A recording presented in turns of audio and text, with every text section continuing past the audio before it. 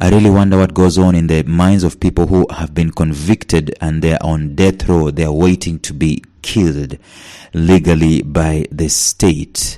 When it comes to looking back and reflecting upon their lives, what they have done or what they have not done, I wonder if there is any kind of regret upon their lives. I wonder if they're looking back and they're wishing that they would have turned left instead of turning right. They would have done this instead of doing that.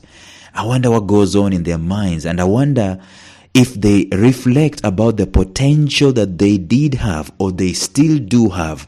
I wonder if there's someone who sees that he could have done this and he had the opportunity to do it, and now he's constricted and he's waiting to die, but he didn't. And I wonder what is going on in his mind. Today I want to focus on someone who was on death row, but they were excited about it. You want to stay tuned to this one.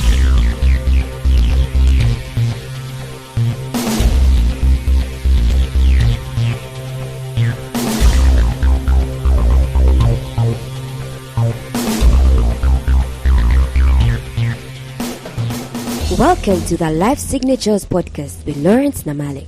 Lawrence is a life coach, author, and keynote speaker who loves to tackle different topics on purpose, productivity, and resilience. His mission in life is to awaken all your boundless possibilities available in you.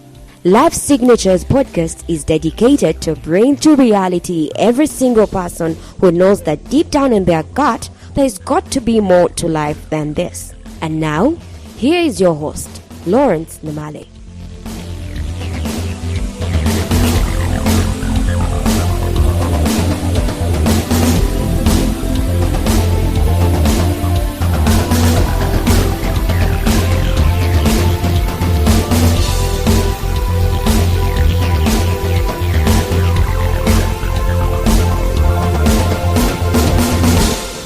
I have seen people on death row before, as in face to face. Maybe some 15 or 20 years ago, I was leading a team of about 70 people who were visiting Kenya's most notorious maximum prison called Kamiti Maximum Prison. And I was a very young guy. I think I've told you that story before. Our mission was basically to share the Christmas message with them.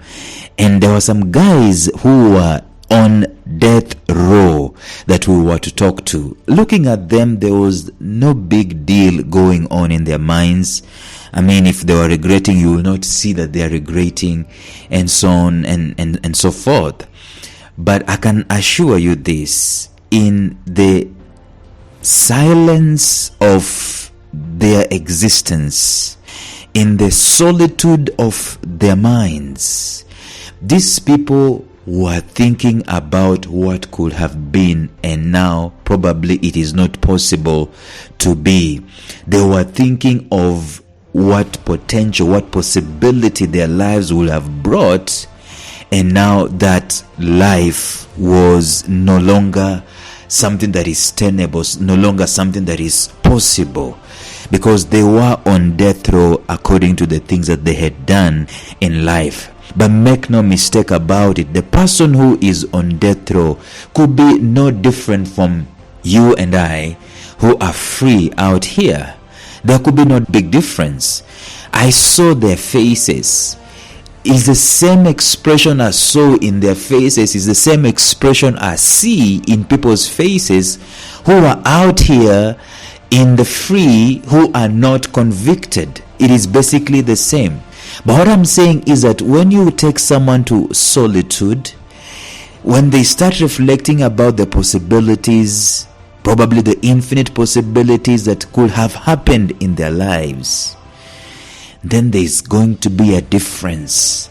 We always come to the realization of what could have happened and what could not have happened, or what is not going to happen with finality.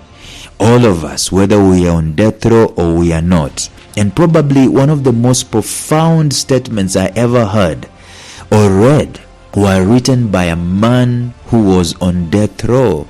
This is what this man said, and he was talking about his potential. When I say these words, probably you exactly know who it is I'm talking about. He said, I have fought the good fight. I have finished my course and I have kept the faith. This is a man on death row. This is a man waiting to be executed, waiting to be decapitated. This is a man waiting to be transitioned by force into the next life. He's saying, I have fought the good fight. I have finished my course. I am emphasizing the word my. I have finished my course and I have kept the faith. He was talking of nothing else but the potential that was put inside of him. He was on death row in different circumstances and so on, but there was no question in the mind of this man that he did what he was called to do. He did what he was assigned to do. He did what he was supposed to do. He expended his potential. Actually, a linguist who studied the original language in which those immortal words were spoken, he renders those words this way. He says, I have served Christ properly, like someone who does athletics to win. I have finished everything God wanted me to do. And I have done everything like a runner who has run to the end of the path. I have continued to believe God and I have obeyed Him. End quote. The guy who spoke these words is Paul the Apostle. Okay, you might not believe in Christianity and all those things. I'm not going to make excuses for that. But this is a man who history bears the fact that he lived. History is written that this man did exist. And this man, whether you believe he was Christian and the things he was standing for or not, doesn't matter. The impact and the influence of the man is incredible. The whole Bible, 2/3 of the New Testament is attributed to the efforts of this man.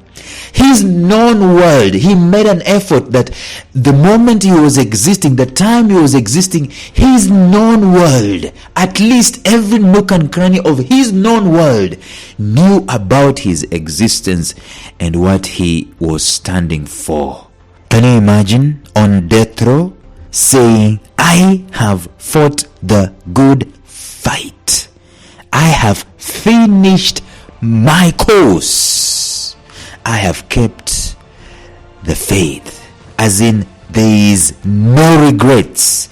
There is full satisfaction. He is looking forward to what is awaiting him in the next dispensation of this life. Why? Because he is absolutely satisfied with the kind of life he lived, deploying and excavating and doing every single thing to empty out. I'm going out of myself, to pour himself out, realizing his utmost full potential. In talking about potential, we have looked at various aspects of unearthing it so far. However, it is my firm belief that this installment, this episode, it is one of the most important episodes when it comes to talking about your potential. If we miss this episode, in fact, if you remove this episode from the whole series of potential, then it falls to the ground. It crumbles like a house of cards. We've seen that if you wanted to excavate your potential, you need to appreciate the potential principle to begin with. In other words, you need to know that there is a seed inside of me in one way or another, and it is my responsibility to cultivate it to the full. If there is one call that a human being has been given, it is the call to cultivate their potential. You have potential inside of you. You have possibilities, infinite possibilities. There is infinite potential inside of each and every one of us that needs to be cultivated. And so for us to cultivate it, the first thing we need to realize is that principle is there. Because knowledge is the first illumination. And knowledge acted upon becomes the power. The second thing that you need to do if you're going to cultivate your full God-given potential, the second thing, you got to take the path of most resistance. In life, we as human beings are always looking for the easy way out. We are always naturally, and there's nothing wrong with that, by the way, we're always looking for comfort and coziness. We're always looking for ease. But ease, I can tell you, is not something that is going to help you to cultivate your potential. If you look at your life and you look that it's motivated by looking for ease, then you've lost the plot when it comes to potential. So the second thing you've got to do is to look for the path of most resistance. The third thing that you've got to do is to at least look at your natural gifts and talents, and even maybe your spiritual gifts and talents, things that people compliment you for, and for you it's no big deal. Things that you know you are good at, things that you know you are strong at. That is a hint of potential. The potential is put inside of you, not fully formed, not fully developed. Mark Zuckerberg told us the ideas come to us not fully formed. The same thing with potential. Look at your natural gifts and talents, the hints of possibilities that are inside of you. You are not bare like a desert. You are not like clueless. You have something that you can be able to work with. It is in the form of a seed. And if you're going to cultivate your full potential, look at it and start with it. Trudge along. It might be difficult, it might take long, it might not even pay you. By the way, potential doesn't pay like a job pays. Potential doesn't guarantee a pay at the end of the month or at the end of the week like a job does. But stick with it, my brother, stick with it, my sister. Cultivate that potential. It's something that you will never ever regret. And like I said in the previous episodes, potential is something that needs to be given decades, not months, not years, decades. If you're a writer, write for a decade. My wife was telling me a story of her friend. Her friend is a musician. This friend of hers, she started recording music. I'm telling you, this is 2019. She started recording music 16 years ago. 16, a decade and nearly a half recording music, and nothing came out of it. No breakthrough, nothing, absolutely nothing. And then one day in 2019, she recorded something and posted it on social media, and it went viral. Her break came. You've got to stick with your potential, the natural gift and talent, turning it up and down, turning it around for decades, my friend, for decades. Don't give up. I'm speaking to you who is asking, how am I going to make food? How am I going to make money? How am I going to put food on the table? How am I going to pay my bills? Pursuing my potential, excavating my gifts and my talent. I'm telling you, it is not as logical as you might think. When your breakthrough comes, and it's going to come to the degree that you're going to stay with it. When it does come, you will forget your 16 years of trying. You will forget your 30 years of trying. I'm telling you, the break is on. Otherwise, the only thing that you can revert to is to live a life of making a living, putting food on the table, paying bills, and then you expire. But I challenge you, I'm taking long on this one, I'm challenging you to make sure you stick with it. With your natural gifts and with your natural talents. The fourth thing that you need to do is to live your life on the edge. What does that mean? It means you need to attempt things even when there is impossibility written all over them. When you're given an opportunity to do something and you feel this is so difficult, this is so hard, I don't think I'm gonna make it, don't pass on that opportunity. Live on the edge and dare yourself. There's a guy who said, far better it is to dare mighty things, to win glorious triumphs, even though checkered by failure, than to take rank with those poor spirits who neither enjoy nor suffer much, because they live in the great twilight that neither knows victory nor defeat. That is Teddy Roosevelt who said those words. So live a life on the edge. See, potential is not going to be excavated in comfort, in coziness, in peace, in a flat surface when your next step is sure. No, it is going to be excavated in uncertainty, in difficulty, in darkness, when you do not know what is going to come up tomorrow. And let me tell you, the Guys who do not know what tomorrow holds, they are the guys who have this opportunity to excavate their potential. And you know who those guys are? For the most part, are the guys who do not have a job, that doesn't promise income tomorrow, doesn't promise income at the end of the month. You have an opportunity to excavate your potential because you are living your life on the edge. So don't refrain, don't shrink back from life. Excavate yourself, emerge from life. I know I'm sounding motivational here, but this is true. Do what you can be able to do today to excavate your potential. You have no clue. It is not linear. It is not predictable. It is very unpredictable. And you don't know what tomorrow is going to hold. As long as you are faithful today in excavating your potential, I'm okay. The fifth thing that you need to do, we talked about it yesterday. You need to leverage on the power of focus. We say that you have been given different types of abilities, different types of intelligences. And I know there's one that is going to be dominant. There's going to be one that you want to flow in. Focus there for some time.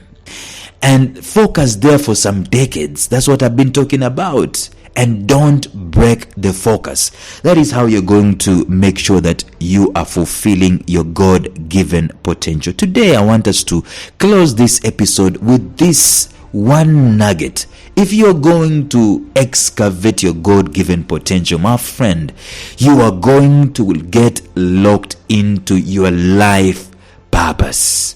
You saw this coming. There is absolutely no way that you're going to have your life purpose fulfilled without excavating your potential. Life purpose is not done by Bluetooth. It's not done by remote control. You've got to be involved, and you are equipped. I'm going ahead of myself. You are actually equipped to do what you need to do, your life purpose, with your potential. The man who made the whole world known, Apostle Paul, on his time, about everything that he was championing, his passion, the gospel, he said, I have finished my course. He was insinuating, he was making an inference that there was an assignment upon his life. There was a course he was supposed to take in his life. A matter of fact, this man had taken a totally different course because it was before it was course corrected. I talked about course correction on this episode, on this podcast before. He had taken a totally different tangent until he came to know, and I guess maybe by the time he came to know his purpose or his course, probably he was 30 years of age or something. He was a young man. He was a young man. But from the moment this man got his hands on the plow of his purpose, from the moment he got his focus on his course, you don't hear him talking about anything else. No doubt that Apostle Paul's impact in life still reverberates with centuries after he is gone.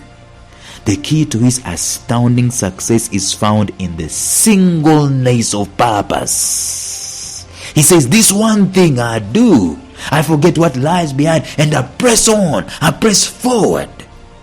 Paul, of course, did not start well. He did not know what his purpose in life was.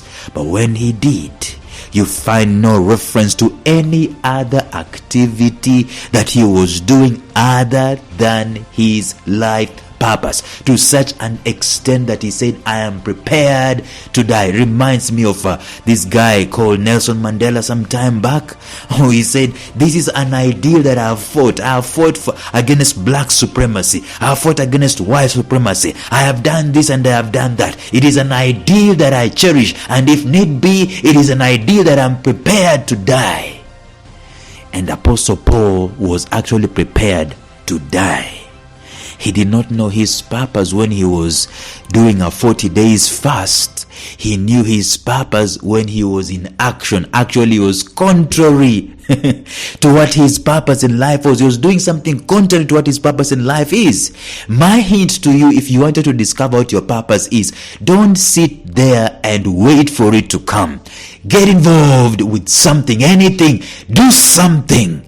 Get started. Get going. It might be as remote as washing cars, but I'm telling you, one of the powerful ways of discovering your purpose is to be in motion. So get in motion. Paul was doing something. He was actually killing people. Can you believe it? He was killing people. He was overseeing zealously the death of very many people who were against his beliefs until his cause was corrected by God himself. I know you might be asking yourself, how do I discover my life purpose? For the most part, after asking the right questions, your purpose will be unearthed on the go. When you are going, when you are in motion, when you are doing something. Don't tell me you don't have anything you can do. You can wash a car, you can brush some shoes, you can clean your house, you can organize, arrange, you can go out there and jog and walk. You can do something. And as you keep doing something, your purpose is going to be uncovered. Getting locked into your purpose is the best way to unearth your potential. In fact, there is no way that you can unearth your potential if you're not involved in your purpose. And there is no way you're going to do your purpose if you're not going to excavate your potential. For the most part, after asking the right questions, your purpose will be discovered on the go. If you're going to unearth your potential, please make sure that you rediscover the main reasons as to why you were born. I can tell you this though, it is not to occupy space above the earth and then when you die to occupy space beneath the earth. This man called Paul tells his protege Timothy, he says that, for me, I am already being poured out like a drink offering, and the time for my departure has come. This man is on death row and he's talking these powerful words. He says he's being poured out. In other words, the analogy, the metaphor here is that there is absolutely nothing that Paul left in his potential. He basically poured himself out when it came to doing what his purpose in life is. Those words, two words, pour out, should be things that we should use as a metaphor and as an analogy in discovering our potential and our purpose and excavating them and deploying them. Is it possible to live a life that is poured out daily? If we come to the end of the day and we ask ourselves, was I poured out today? Did I pour myself out in service to society today? Did I pour myself out today in excavating my potential? Did I pour myself out in sharpening the axe, sharpening the saw? Did I pour myself out in rediscovering and refining myself? Those words are powerful, and the only way we can do this is to be intentional about it. Is it possible to live a life that is poured out if you're not single-minded about your life of purpose? It is not. If you are going to be helter-skelter here and there and so on and so forth, and you are purposeless, it becomes difficult to be poured out. Being poured out is single-mindedness. See, the words pour out, they signify to empty, to drain out. And we are not just talking about draining out or pouring out or emptying for the sake of it. We are talking about every single drop that is being poured out, being useful, adding value, making an impact, changing lives, doing an influence. See, once you know what your life purpose is, the very next thing you need to do is to get poured out, emptying all the potential that you have inside of you for the purpose of fulfilling your calling on the face of the earth. There is no better way to do this. That is why there are very many regrets at death. Talking of death row, illustrious lives in our eyes are reduced to unfathomable regrets at death because of two major things. Number one, life purpose was never pursued. And number two, potential was never used to serve life purpose. See how suckers a life can be? If you're going to unearth your potential, please make sure that you rediscover the main reason as to why you were born. And you can only do that if you are intent on it, if you're curious, if you are hungry for it. Don't do it as a band-aid, as something that you just do for the sake of doing. Discover what you are meant to do. It is a possibility, and I can show you how it's done. I can tell you this though, it is not to occupy space above the earth and when you die to occupy space beneath the earth. There is something you are equipped to do. There is something I am equipped to do, and hopefully I am doing exactly that every waking day, making sure that at the end of the day I have poured myself out. The way I'm relating to my wife, have I poured myself out? The way I'm relating to my children, have I poured myself out? The way I'm relating to my career and my gifts and my talents, have I poured myself out? That is one of the biggest ways we can be able to excavate our potential and deploy our purpose at the same time. Thank you so much for listening. We're going to continue with this in the next episode. For now, bye-bye. A special shout out to my mentor, Jeffrey Howard of Visionary Business University, found at mastermindmentor.com, who has graciously provided me with the soundtrack and the introductory track to this podcast. Thank you, Jeff. Thank you for listening to Life Signatures Radio. If you enjoyed today's show, subscribe to Life Signatures Radio on iTunes, Stitcher, or visit our website at lifesignatures.libsyn.com. Life Signatures Radio, fresh, clean, and inspiring.